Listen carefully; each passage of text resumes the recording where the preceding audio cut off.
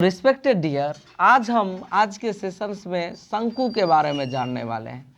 अगर हमें फेसबुक पर देखा जा रहा है और इंस्टाग्राम पर देखा जा रहा है तो प्लीज़ हमारे चैनल को यूट्यूब पर सर्च करके मैथ का मतलब पप्पू सर सर्च करके आप हमारे यूट्यूब चैनल पर आएँ और वहाँ से आप हमारी सारी वीडियोओं को देख सकते हैं, क्योंकि बहुत सारी वीडियो यूट्यूब और फेसबुक और व्हाट्सएप पर फेसबुक और इंस्टाग्राम पर नहीं छोड़ी गई है। आप उसको यूट्यूब पर आराम से देख सकते हैं। शंकु बराबर क्या होता है, तो शंकु का यहाँ पर हम परिभाषा बोलते हैं किसी समकोण त्रिभुज को, ध्यान दीजिएगा डियर, किसी समकोण त्रिभुज में उसको कर्ण के परितः जब हम घुमाते हैं, किसी समकोण त्रिभुज को उसके कर्ण के परितः घुमाने पर जो भी आकृति बनेगी वह क्या कहलाएगा डियर, किसी समकोण त्रिभुज को कर्ण के परितः घुमाने पर बनी आकृति शंकु कहलाएगी। किसी समकोण त्रिभुज को उसके कर्ण के चारों तरफ घुमाने पर जो आकृति बनेगी वह क्या बनेगा, शंकु बनेगा। किसी समकोण त्रिभुज से शंकु बनती है, किसी समकोण त्रिभुज से शंकु बनती है।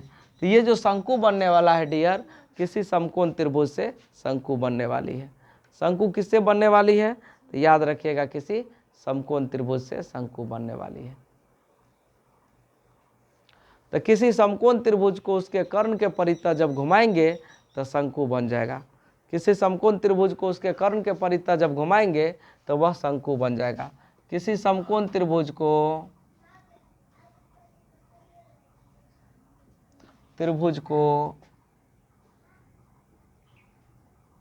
उसके कर्ण के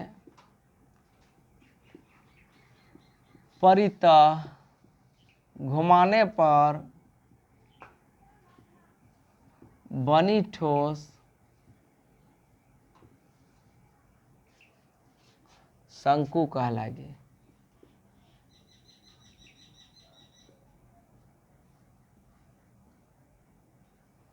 शंकु का जो CSA होता है ना डियर, याद रखिएगा, शंकु का जो CSA होता है ये हुआ शंकु का कर्व्ड सरफेस एरिया।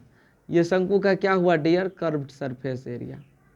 ये शंकु का क्या हो गया, कर्व्ड सरफेस एरिया हो गया।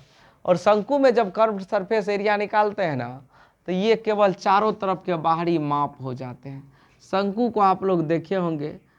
चलिए, मौसम बहुत अच्छा है, अभी आइसक्रीम खा सकते हैं, कुछ नहीं होगा, ठीक है, खा लीजिएगा। हम आपके लिए भेंट कर रहे हैं, आपके लिए भेज रहे हैं आइसक्रीम, आप ज़रूर खा लीजिए। आपको भेंट कर रहे हैं आइसक्रीम, समझे आरती, आइसक्रीम सबको भेंट कर रहे हैं। तो ये आइसक्रीम शंकु के जैसा होता है। कैसा होता है डियर,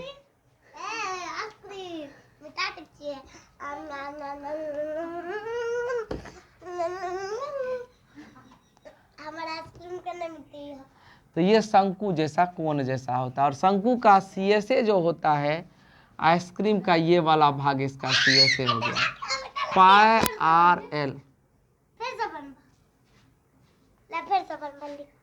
पीटेंगे, उधर चलो, उधर चलो, उधर चलो, देख रही है ना गड़बड़ हो गया।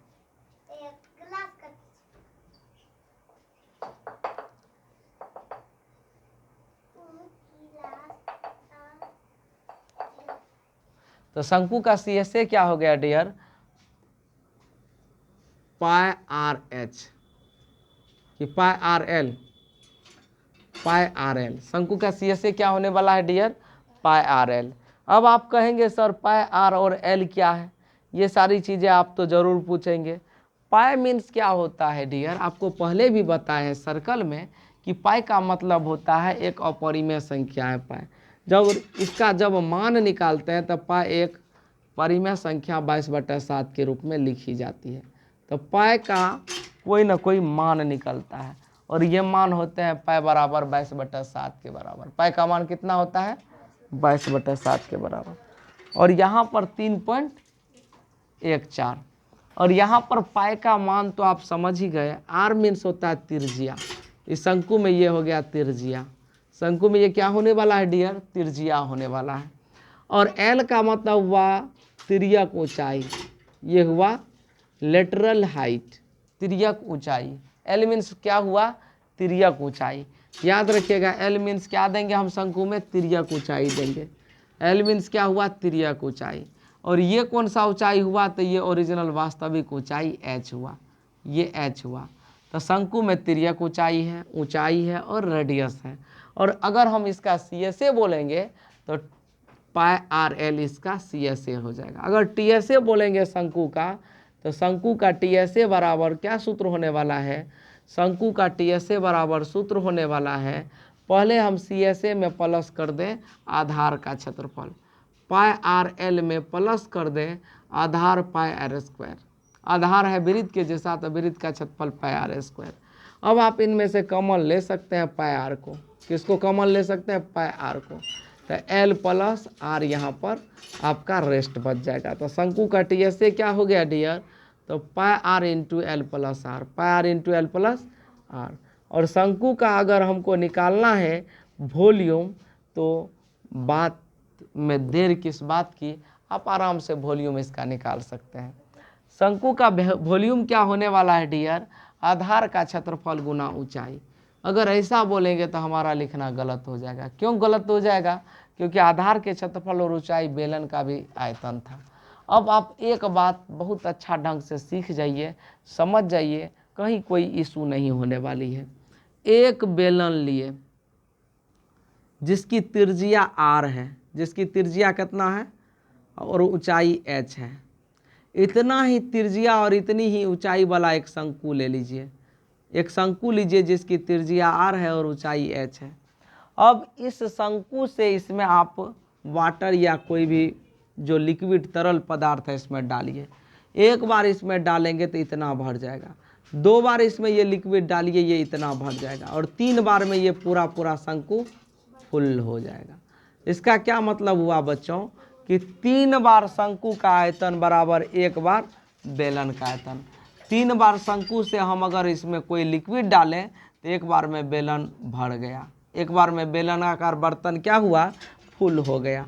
तो शंकु का आयतन बराबर क्या होगा, शंकु का वॉल्यूम बराबर बेलन का volume pi R square H, pi R square H, ये जो 3 है गुना में भागा, तो 1/3 पाई आर स्क्वायर एच, ये हो गया शंकु का वॉल्यूम। शंकु का आयतन क्या होने वाला है dear, 1/3 pi R square H. अगर एल का मान हमें निकालने की आवश्यकता पड़ जाए तो क्या होगा, तो एल निकालने के लिए हमें एल बराबर √h² प्लस r स्क्वायर बनाना पड़ेगा। एल देखिए कहाँ से आया है, तो एल आया है समकोण त्रिभुज के कर्ण से, और ये कर्ण बराबर √ लंब का स्क्वायर प्लस आधार का स्क्वायर होता है। अगर हम h का मान निकालेंगे तो √L² माइनस r² बोलेंगे। यदि हम लोग r का मान निकालेंगे तो √L² माइनस h² बोलेंगे। ये बातें आप लोग ज़िंदगी भर नहीं भूलिएगा, जिस रोज़ भूल जाइएगा उस रोज़ समझिएगा कि हम जो है भूल गए बहुत सारी चीज़ें। आप इन बातों को ज़रूर नहीं भूलिएगा, ये आपके लिए बहुत खास होने वाली है।